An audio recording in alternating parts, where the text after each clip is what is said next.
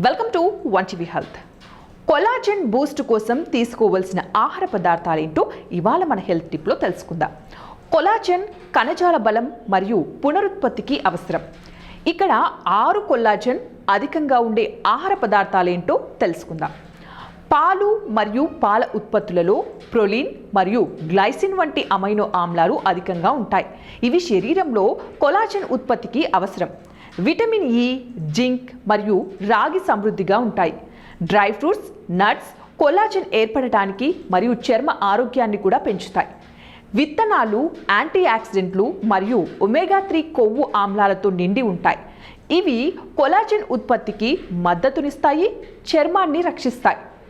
ఆకుకూరలు విటమిన్లు సి మరియు విటమిన్ ఏతో నిండి ఉంటాయి కాబట్టి ఇవి కొలాజన్ సంశ్లేషణను పెంచుతాయి.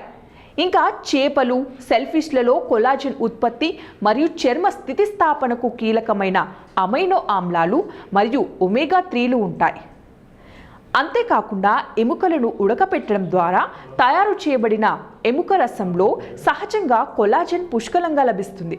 ఇది శరీరం సులభంగా గ్రహించబడుతుంది.